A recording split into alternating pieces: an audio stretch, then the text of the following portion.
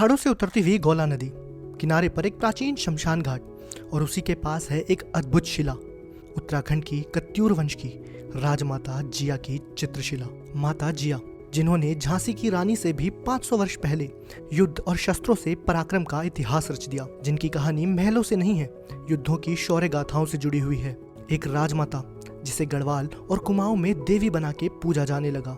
हर वर्ष 14 जनवरी मकर संक्रांति के दिन इसी चित्रशिला में लगती है कत्यूरी जागर, जहां स्मरण और जागृत किया जाता है माता जिया, राजा धामदेव और 9 लाख कत्यूरियों को। इस पूरी वीडियो में हम इतिहास की नजर से जानेंगे राजमाता रानी जिया की कहानी, रानी बाग और चित्रशिला घाट की अनोखी कथा। लेकिन आगे बढ़ने से पहले ये वीडियो अच्छा लगे तो उसको लाइक जरूर करें और लोगों तक शेयर करें। उत्तराखंड का पहला और सबसे शक्तिशाली राजवंश कत्यूर वंश रहा। यह वंश अपनी राजनीतिक शक्ति के साथ साथ न्यायप्रिय शासन, धार्मिक चेतना और मंदिर निर्माण की परंपरा के लिए जाना गया। इसी कत्यूर वंश के आगे चलकर एक राजा हुए, राजा प्रीतम देव। उस समय भारत में तुर्कों ने हमला किया। वे हरिद्वार पर आक्रमण करने के इरादे से आगे बढ़ रहे थे। तुर्कों से युद्ध में हरिद्वार के राजा अमरदेव पुंडीर का साथ दिया था कत्यूरी नरेश प्रीतम देव यानी पृथ्वीपाल ने। अब इस युद्ध को जीतने के बाद दोनों राजाओं के बीच गहरी मित्रता स्थापित हुई। परिणाम स्वरूप राजा अमरदेव पुंडीर ने अपनी पुत्री मौला देवी का विवाह राजा प्रीतम देव से कर दिया। राजा प्रीतम देव आयु में मौला देवी से काफी बड़े थे और मौला देवी प्रीतम देव की दूसरी रानी बनी। अब कुमाऊं के कत्यूर क्षेत्रों में माँ को प्यार से जिया कहने की परंपरा थी, इसीलिए मौला देवी को प्रजा ने प्यार से जिया रानी कहकर संबोधित किया। माता जिया ने हल्द्वानी के समीप एक सुंदर बाग का निर्माण कराया, जिसे रानी बाग का नाम दिया। विवाह के पश्चात माता जिया ने अपना अधिकांश समय यहीं व्यतीत किया, जप तप और साधना में लीन रहकर। वो हर दिन चित्रेश्वर महादेव के दर्शन के लिए जाती और गौला नदी में स्नान करती थी और इसी स्थान पर स्थित एक गुफा में उन्होंने कई सालों तक तपस्या की। कुछ ही साल बाद लूट और विनाश के लिए तैमूर लंग ने भारत पर आक्रमण किया। भारत में लाखों हिंदुओं का कत्ल करके सैकड़ों मंदिरों को तोड़ने के बाद तैमूर की क्रूर सेना हरिद्वार की ओर बढ़ चली। उस समय हरिद्वार पर राजा वत्सराज देव का शासन था।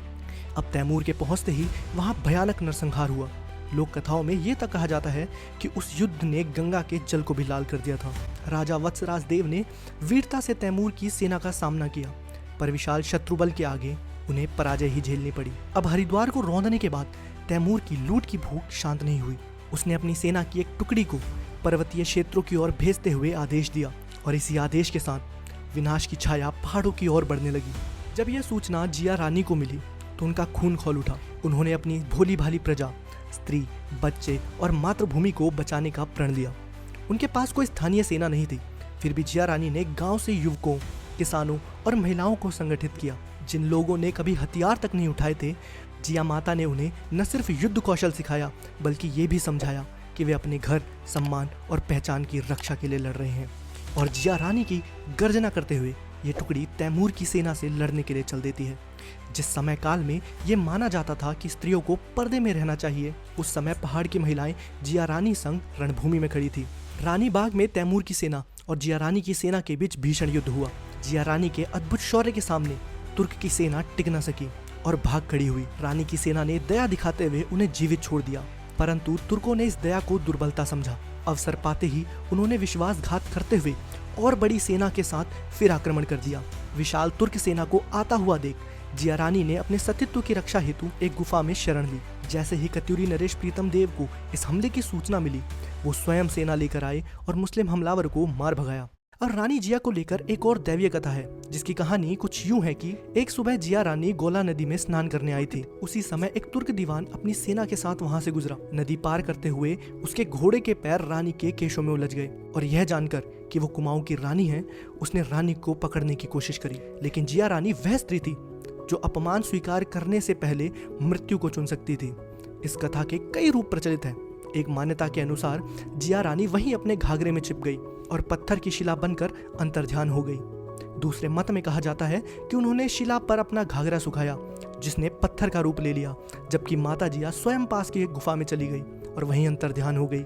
आज भी रानी बाग में माँ जिया की गुफा में 2 छिद्र दिखाई देते हैं। कहा जाता है कि यही 2 मार्ग हैं, जो एक हरिद्वार और दूसरा वैराट चौखुटिया की दिशा में है। वहीं गौला नदी के तट पर आज भी एक शिला है, जिसमें जमे रंग बिरंगे पत्थर कुमाऊनी घाघरे जैसे प्रतीत होते हैं। इसी शिला पर बने प्राकृतिक चित्रण के कारण इसे चित्रशिला कहा गया। लोक गाथाओं में जिया माता का व्याख्यान इस तरह है। नियमों को पालन करने वाली नियमवती जिया, सत्यत्व और मर्यादा के प्रतीक सत्यवती जिया और धर्म के मार्ग पर अड़िग रहने वाली धर्मवती जिया। और इसी तरह राजमाता जिया अपने साहस से, अलौकिक तेज से देवी स्वरूप में प्रतिष्ठित हो गई। आज भी अनेक कत्यूरी परिवार उन्हें अपनी कुलदेवी मानकर श्रद्धा से पूजते हैं। यही चित्रेश्वर महादेव का मंदिर, रानी बाग और चित्रशिला मिलकर कत्यूर वंश का सबसे पवित्र स्थल बनते हैं। हर साल 13-14 जनवरी मकर संक्रांति पर यहाँ उत्तरायणी का मेला लगता है। हजारों कत्यूर वंशज और श्रद्धालु गोला नदी में स्नान कर चित्रेश्वर महादेव और माता जिया की पूजा करते हैं। रात भर ढोल दमू की गूंज में माता जिया, राजा धामदेव और 9 लाख कत्यूरी जागृत किए जाते हैं। देवों से आशीष लिया जाता है और एक जयकारा एक सुर में गूंज उठता है, जय जिया जय जिया, और साथ ही 9 लाख कत्यूरों की जय जयकार।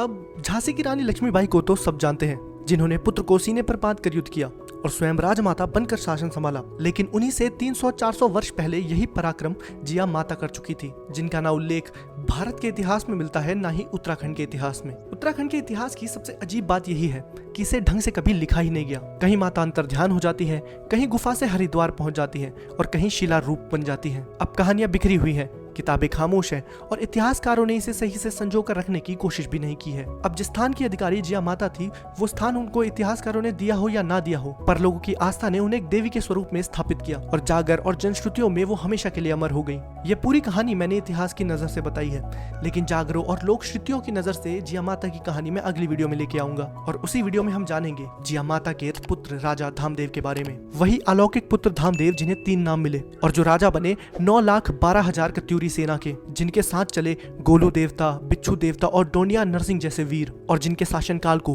कत्यूरों का स्वर्ण युग कहा गया। इन्हीं सब कथाओं पर हम अगली वीडियो में बात करेंगे। तब तक आप इस वीडियो को लाइक कर लीजिए और लोगों को इसे शेयर कीजिए।